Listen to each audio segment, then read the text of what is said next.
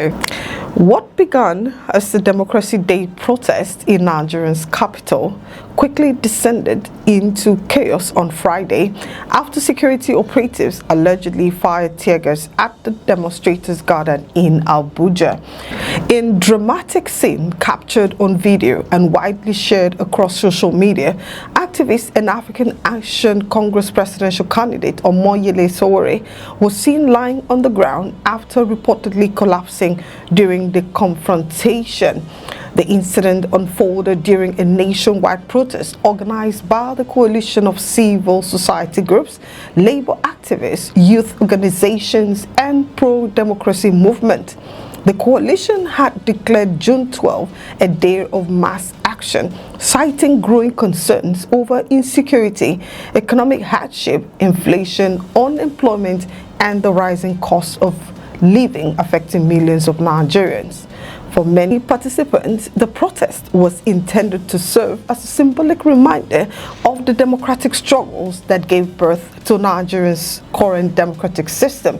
Instead, the gathering became another flashpoint in the ongoing debate over citizens' right to protest and the government's response to public dissent.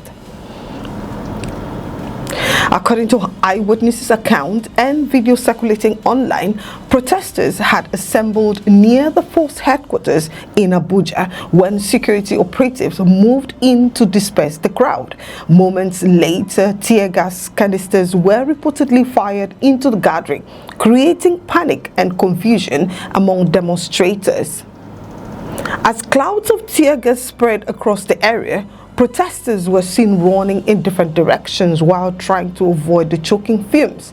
Amid the chaos, Sowore reportedly lost his balance and fell to the ground.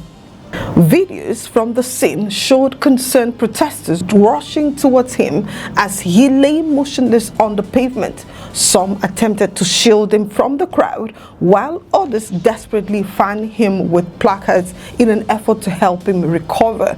Voices in the background could be heard expressing alarm as the situation intensified. Witnesses described a tense atmosphere as more tear gas reportedly continued to be deployed. The confusion made it difficult for many protesters to determine exactly what was happening or where it was safe to move. One of the videos that quickly gained traction on social media appeared to show Sowore surrounded by supporters who were trying to assist him. Several protesters repeatedly called for help while expressing anger over the use of force against demonstrators. The dramatic footage immediately sparked reactions across social media platforms, with supporters of the activists condemning the incident and questioning the handling of the protest by security authorities. Sowore has long been one of Nigeria's most outspoken government critics and remains a prominent figure in activism and opposition politics. Over the years, he has participated in numerous protests focused on governance, accountability, corruption, economic reforms, and human rights issues. His presence at the Democracy Day demonstration was therefore not surprising. However, the images of him lying on the ground quickly became one of the defining moments of the protest and drew widespread public attention. As the situation deteriorated, fellow protesters eventually helped him into a vehicle. Video footage showed him covering his nose with a red handkerchief while supporters continued fanning him as the vehicle prepared to leave the area. Shortly afterwards, someone inside the vehicle asked whether he was stable. In response, Sowore appeared to answer briefly, indicating that he was recovering from the effects of the incident. While the response assured some supporters, questions remain about the full extent of his condition and whether he sustained any injuries during the confrontation. The Democracy Day protest itself was part of a broader campaign organized by several prominent activists and civic organizations who argued that many Nigerians continue to face severe economic and security challenges despite years of democratic governance. The coalition behind the demonstration includes notable figures from Nigerian civil society movement. Organizers have repeatedly argued that citizens have a constitutional right to peacefully assemble and express dissatisfaction with government policies.